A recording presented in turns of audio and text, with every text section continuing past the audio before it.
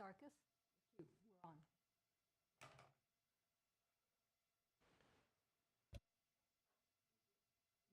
Ready? Good evening.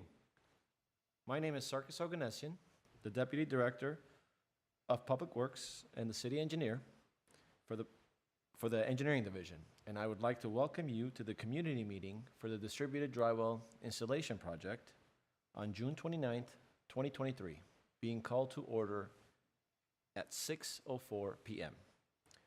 This meeting is open to in-person attendance and is also being streamed live and recorded on youtube.com/MyGlendale.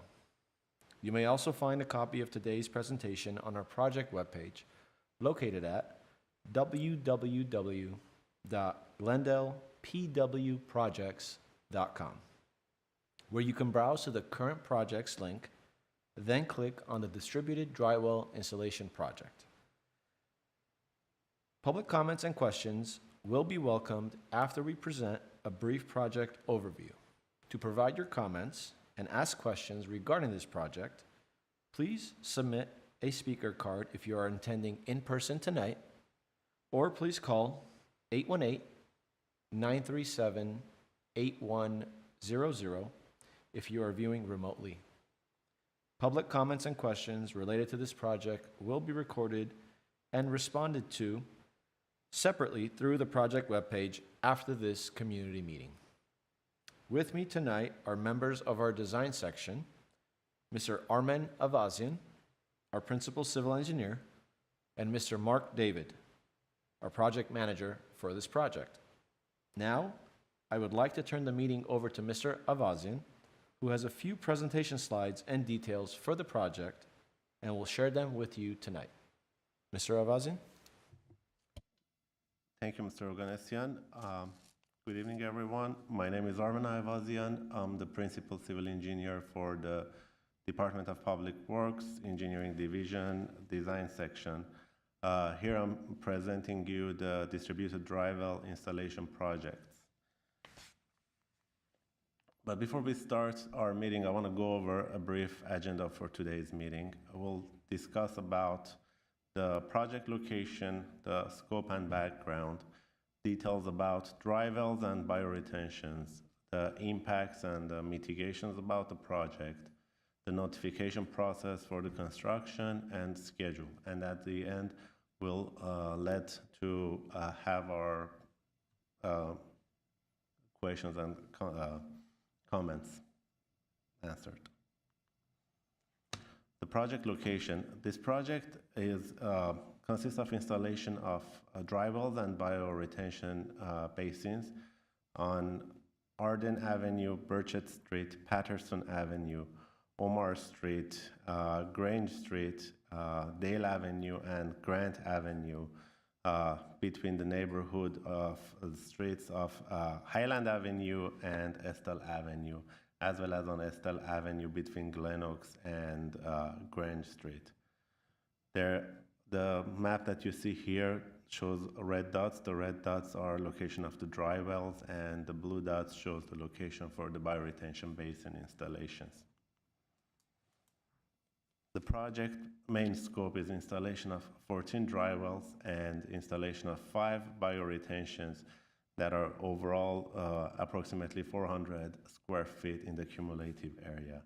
The pictures in this slide you see at the bottom left is a sample of bioretention that has been installed at the intersection of Riverside Drive and Chavez Street back in 2018. And dry wells that you see on the left is what we've lately installed on Broadway Avenue. The project background. For the installation of the bioswales and dry wells, we received major W funding from the Safe Clean Water Act. The reason for this funding is to recharge underground aquifers. The main scope of the project is to capture the stormwater runoff street and inject them into the underground water tables. In this slide, we are presenting a simple detail of the drywells. The drywells are structures that are underground. We don't see anything on the street except by just the manhole frame and cover on the street. And they have the structures that I showed in the couple of slides before, the inlet structure that collects the stormwater runoff from the street and directs them into the structure that are underground. This slide shows the typical cross-section of a drywell. These drywells are chambers that are installed under the ground in the middle of the street that basically collects the water, treat the water, filter, and let them to get absorbed into the groundwater. Bioretentions are a little bit different. Bioretentions are these landscape areas that are usually in the parkways. The water goes in from one side of the curb into these structures, into these basins, gets treated, filtered, goes into the ground, and the excess water runs out from the other side back to the street, back to the stormwater system.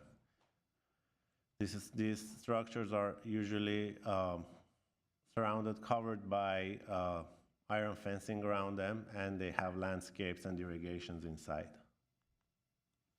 The impacts of the project. Because of this project during the construction, streets may be temporarily closed because of contractor has to bring their equipment, operations work on the street. When that happens, contractor will notify the residents and businesses in advance that there's gonna be a construction on their street. Street parking will be restricted when the contractor is working on the street. They're gonna install no parking signs ahead of the construction to let everyone know that they cannot park on the streets or on that area that they are working. And sometimes after the work hours, they may need to store their equipment and some materials on the streets during the construction. To mitigate these impacts, will require the contractor to leave the roads open and parking available during non-working hours to the extent possible. Well, the contractor has to provide alternate traffic routes and maintain access to the driveways as much as possible. If there is any closure required, the contractor will coordinate in advance with every property owners, every residents and businesses in advance and let them know. Usually we'll let the contractors only to work one side of the street at a time, and street lanes will be only permitted to closed only where the contractor is working, not the entire neighborhood, not the entire streets if there is no operation working on. If there is any concrete improvement such as curb and gutter or anything needs to be removed and replaced, we usually don't let the contractor to do both sides of the streets at a time. It's always one side to let the residents have enough parking space to park their cars on the streets, or for the businesses patrons to be able to park on the street.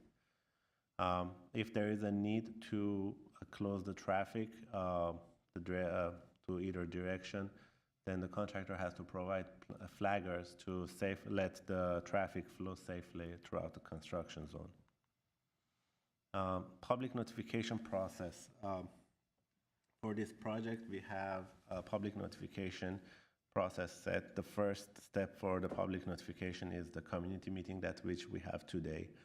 1 to 2 months before we start the construction, we will send a notification postcard to the residents that are adjacent to the project that will be impacted to let them know of the project happening within the next couple months.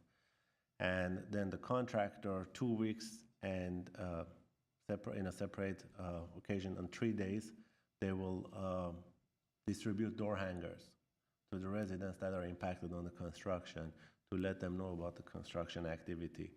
All the notifications will have information about the project contact information, the city's project managers information, phone number, email, project link, and website. So you can directly reach us and or the contractor at any time, any issue arises from the project. The construction is anticipated to start on October 2023, and barring any unforeseen conditions, we are planning to finish construction by end of this year. Now, before we go to our questions and comment section. I want to introduce our project teams in this slide. The project manager is Mr. Marc David. You can reach him at his emails that you can see on your screens with the phone number 818-548-3945. And Ivan Guerra, our public outreach, with the email address on your screen and the phone number 818-548-3986. If you want more information about this project, you can visit www.glendalepwprojects.com. Thank you so much. Thank you, Mr. Avazian. We would also like to again thank you, the viewers in the audience and remotely, for joining us tonight in this community meeting for the distributed drywell installation project. As a reminder, please visit our department and project webpage at www.glendalepwprojects.com, as further details on this project, including the presentation that you just saw from this evening, will be posted there next week. Now we would like to welcome our viewers' comments and questions regarding this project. To do so, you may submit a speaker card if you are in the chambers here tonight. And you can also call 818-937-8100. That's 818-937-8100 if you are viewing remotely. As a reminder, each speaker or caller will have 2 minutes to ask their questions or provide their comments. We will time each speaker or caller and inform you once your time is up. We ask that you be mindful and respectful of the time limit. I now will go to our speakers. We have one speaker card, and I'd like to invite Ms. Virginia Jimenez to the podium, if you'd like to come up and ask us your question or provide us with your comments. Sure, good afternoon. My name is Virginia Jimenez, and I guess hoping this won't happen. I'm sorry, Virginia. Is the mic on? Is there a red on down there? Is it on? I'm so sorry. I want to make sure they can hear you. Can you hear me now? Well, we can hear you, but it's getting recorded, so I want to make sure that. Is there a red mic button there, Ivan? It's usually on the mic there. No, I guess. No? Can you hear me now? Okay, I guess I have to do Come a little bit closer, I Yeah, guess. thank you very much. Sure. So I guess we are hoping for not this to happen. However, I guess, one of the main concerns is that we know in our neighborhood that this type of projects can create sinkholes. So again, hoping this won't happen, but, it can create flooding or any other dangerous issues that it can affect our neighborhood. And if this will happen, who will be responsible for that? So I guess that's my main question and our main concern. Thank Okay. you. Thank you, Ms. Jimenez. Ms. Guerra, do we have any callers? At this time, there are no callers.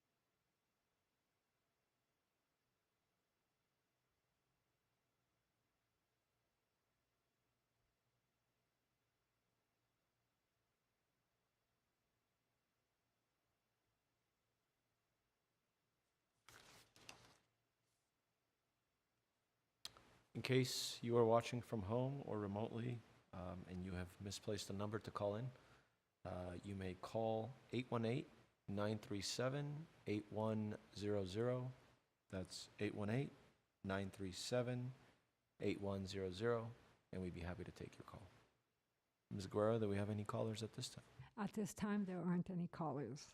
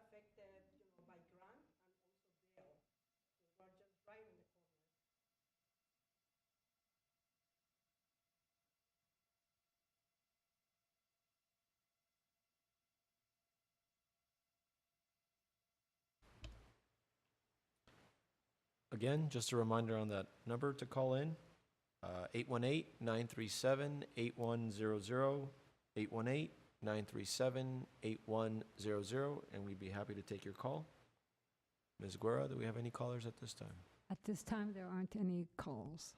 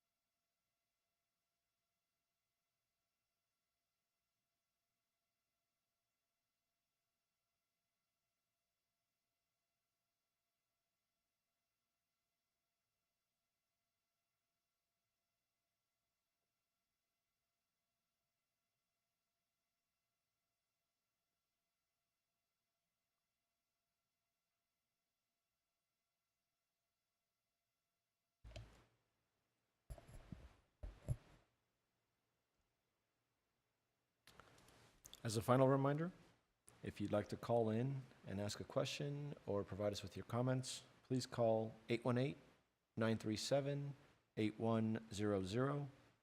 That's 818-937-8100. Ms. Guerra, do we have any more calls at this time? At this time, there are no callers.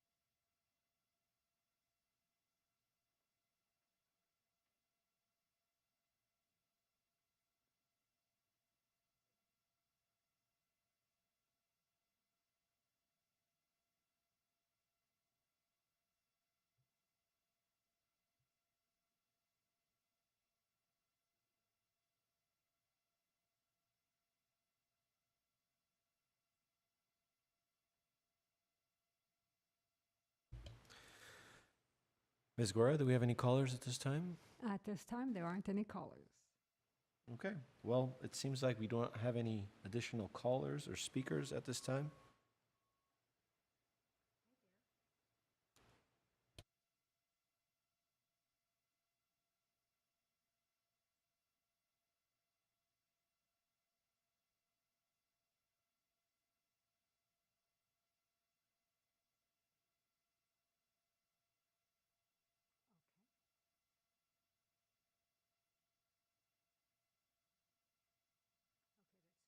Pam Johnson. So we'll wait for the caller. Mr. Oganessian, there may be a call coming in. We may have some problems with the Comrex system downstairs, and DTV6 is trying to help. If we could hang on for just a little bit. Okay. To everybody viewing from home or remotely, we've been informed there may be some technical difficulties with the phones, so we're going to hang on a little bit longer to make sure that if anybody's trying to call in, that we definitely answer your call.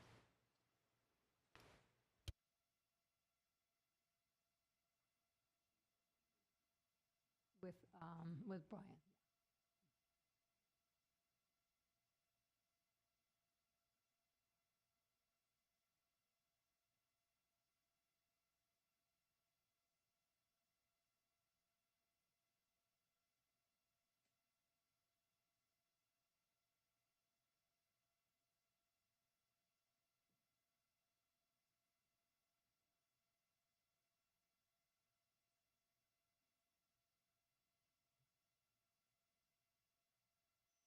Cynthia, are you there? Yes. Okay, here. you have 2 minutes. Go ahead, you're live. Okay. Hello, hi, my name is Cynthia.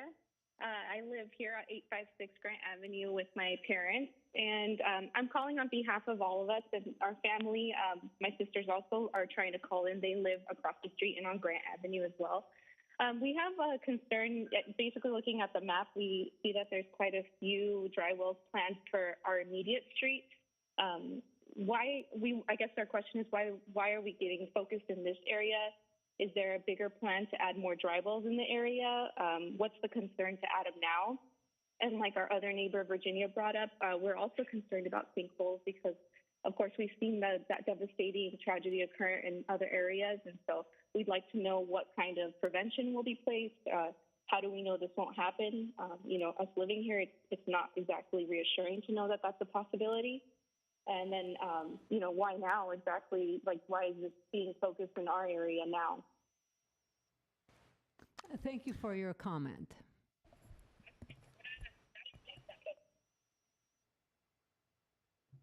Thank you, Cynthia. Ms. Guerra, do we have any other callers? Yes. Teresa, are you there? Yes, I'm here. You have 2 minutes. Thank you. My sister just spoke, and I'd like to also add my concern would be other issues such as flooding, or as well as a sinkhole, and then cosmetically, what would that look like for the area where the drywall is placed? Is there any other thing that we don't know of that could occur? And what would guarantee that the stability of that retention wall or the drywall is correctly installed so that we don't have these concerns? I appreciate any information. Thank you. Thank you, Teresa. Ms. Guerra, do we have any other callers? There is a ringing, but 1 moment, please. Calvin, are you there? Yeah, I'm here. You have 2 minutes. Oh, hi. My name is Kelvin Yuan. Actually, I'm neighbor with the previous caller, Cynthia, just called a while ago on Grand Avenue. I guess one of my concern is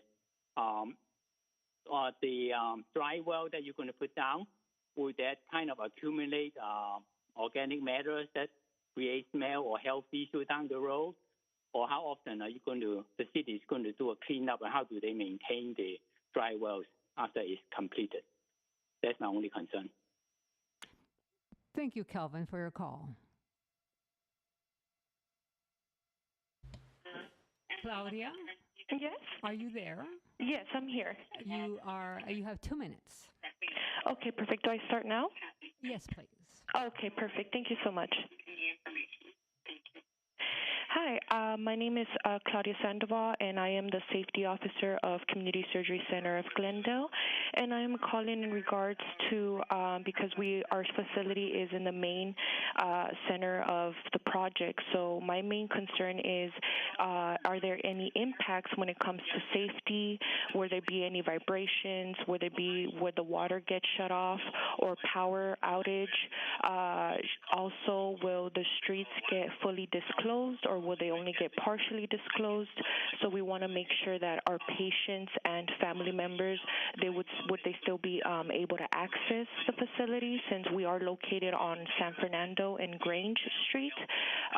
So our main concern is, what is the protocol that we can take to make sure that there's no obstruction with business, that the patients and family members can still access the facility, and should there be any safety impact issues that we should look into to make sure that everything works good. Thank you. Thank you, Claudia, for your comment.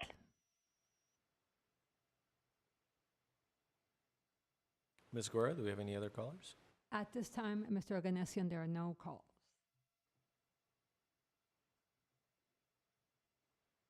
Okay, I can start to shed some light on some of the questions or the concerns that were brought up. But again, we will also post a copy of today's presentation and the contact information for the project manager, who's also sitting up here with us, Mr. Marc David. It will be also available in that presentation, and you guys are more than welcome to follow up with him on any further questions you may have or any further concerns that you may have. In regards to the speaker, Ms. Jimenez's comments about the sinkhole and the safety, the dry wells are typical. They're deep chambers. They're about 40 to 50 feet deep. These chambers are drilled with a professional augering machine. and then these chambers are filled back with actual construction materials such as aggregate base and fine materials that are what underlay typical street structures. So if anything, these drywells are one of the safest bored holes anywhere you can find because they are filled back up immediately with material that is actually helping filter the water as well as maintaining the integrity of that chamber. The chambers themselves are constructed out of concrete in various sizes. The city of Glendale has installed drywells for the last 6 to 7 years, various locations, hillside locations, street locations. There's actually a drywell installed not too far away from this project location on San Fernando Road in front of the car wash. I forget the name of the car wash. That was installed over 4 years ago, and it's operating relatively efficiently and successfully. So in terms of the sinkhole comments that not only did we hear from the speaker, but also one of the callers or a few of the callers, we can safely and assuredly say that sinkholes are not going to be an issue as long as this product is installed correctly. Our bidding requirements and our construction requirements in the city of Glendale require that a licensed contractor do this work. And not only is it a licensed contractor, but it's also a specialty type of contractor who only strictly does these types of works. And not only will they be doing the construction, but they will also get construction oversight by our in-house construction team, as well as our project managers, as well as our engineering designers. So you can rest assured that these will not develop into sinkholes. It is not the city's intention to install a material or a product that will develop into a sinkhole. And then I'll also talk about the maintenance and operations a little bit later on.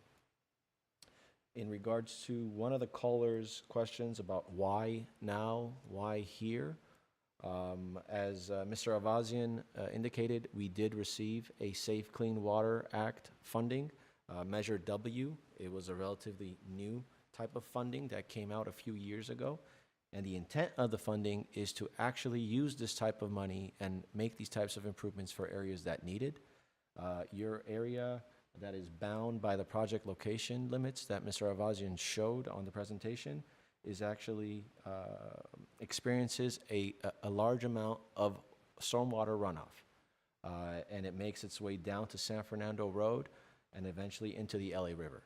And so losing all that water, potentially that runs off, is unfortunate. And so these improvements are meant to actually capture some of that water, not all, some of that water, and recharge the ground aquifer. It's great for the environment, it's great for your neighborhood, and it's great for the city overall. And that is the reason why we're doing the project, because of the funding and because of the project location that experiences a large amount of water runoff.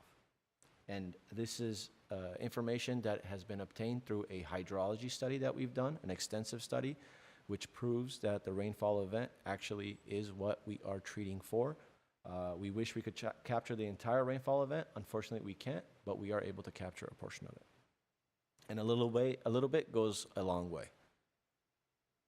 In regards to the question about the visual of what these drywells are going to look like, or those bioswells, what they're going to look like, on Grant Avenue, primarily, they're drywells, and Mr. Avazian also showed an image of what the drywell is going to look like. If anyone is familiar with what a catch basin looks like, it's essentially going to look like a curb opening catch basin that captures the water and funnels it into two different distinct chambers. And those chambers are going to look like what is a sewer manhole cover that covers basically that hole.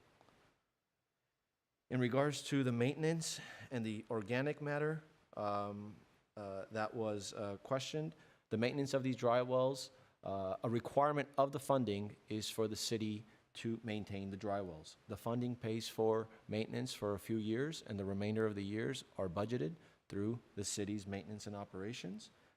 Again, we have done this for numerous years now. All of our drywells are functioning efficiently and effectively and successfully, and that's mainly because we are maintaining them. On top of that, the city is also in active procurements to procure equipment that more easily and more efficiently maintains these dry wells. So for that caller, it basically requires a maintenance vehicle and a maintenance worker to vacuum and clean out both I believe the experimental chamber as well as the main chamber. And so we are committed to maintenance. We have an in-house maintenance and operations team. In fact, we have a maintenance and operations division, and we work side by side to make sure that all of our facilities are maintained. In regards to the safety officer for the business that's located on San Fernando and Grange, if any work is going to take place in front of that business, the business will be notified of it, first and foremost, via a 1 week or a 2 week notification followed by a 3-day door hanger. What this does, it brings notice and awareness to the business that we will be there. But we also are mindful if we're in front of a surgery center or a hospital or anything that requires immediate attention. And so we've done this successfully in the past where we've operated in front of surgery centers. We have no problem doing it again, and I'm sure that we will be doing more construction in front of critical businesses.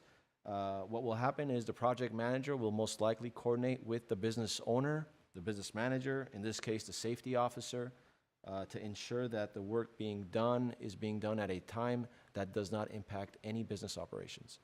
And if any business operations are in fact impacted, we will arrange in such a way where we do the work so it impacts it as minimally as possible. But rest assured, we won't be digging or vibrating the ground when you're in the middle of a surgery. So that is the extent of the questions I was able to answer. Ms. Guerra, do we have any callers on the line? At this time, there are no more callers.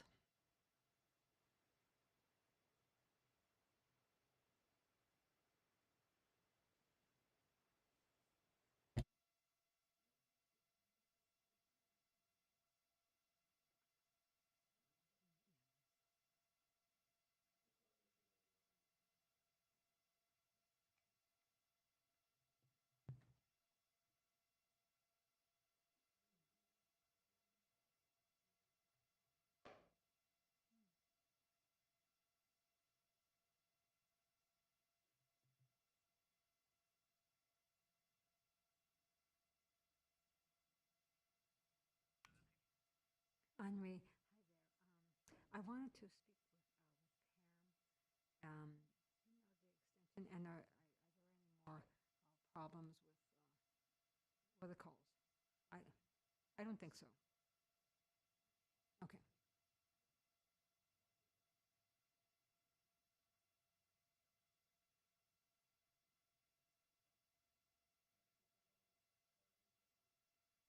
Right.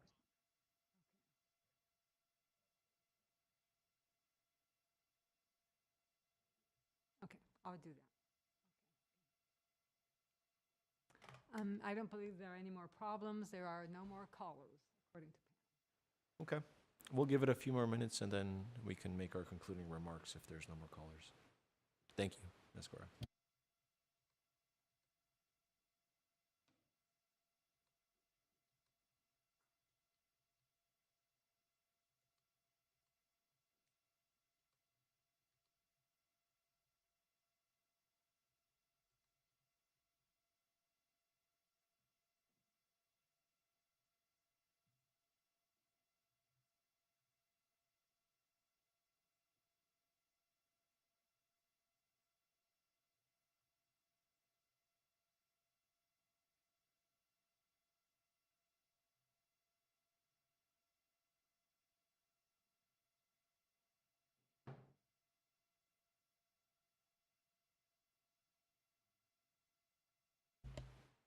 Ms. Guerra, do we have any more callers? No more calls, Mr. Oganessian.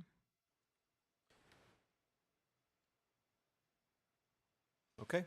Well, it seems like we don't have any more callers or speaker at this time.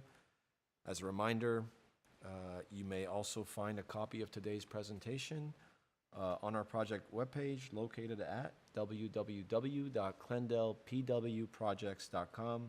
Sorry, that's www.glendalepwprojects.com, where the presentation will be posted sometime next week after the holiday. Therefore, this concludes the community meeting for the distributed drywall installation project at 6:39 p.m. Thank you for joining us. Enjoy the rest of your evening and have a happy and safe Independence Day.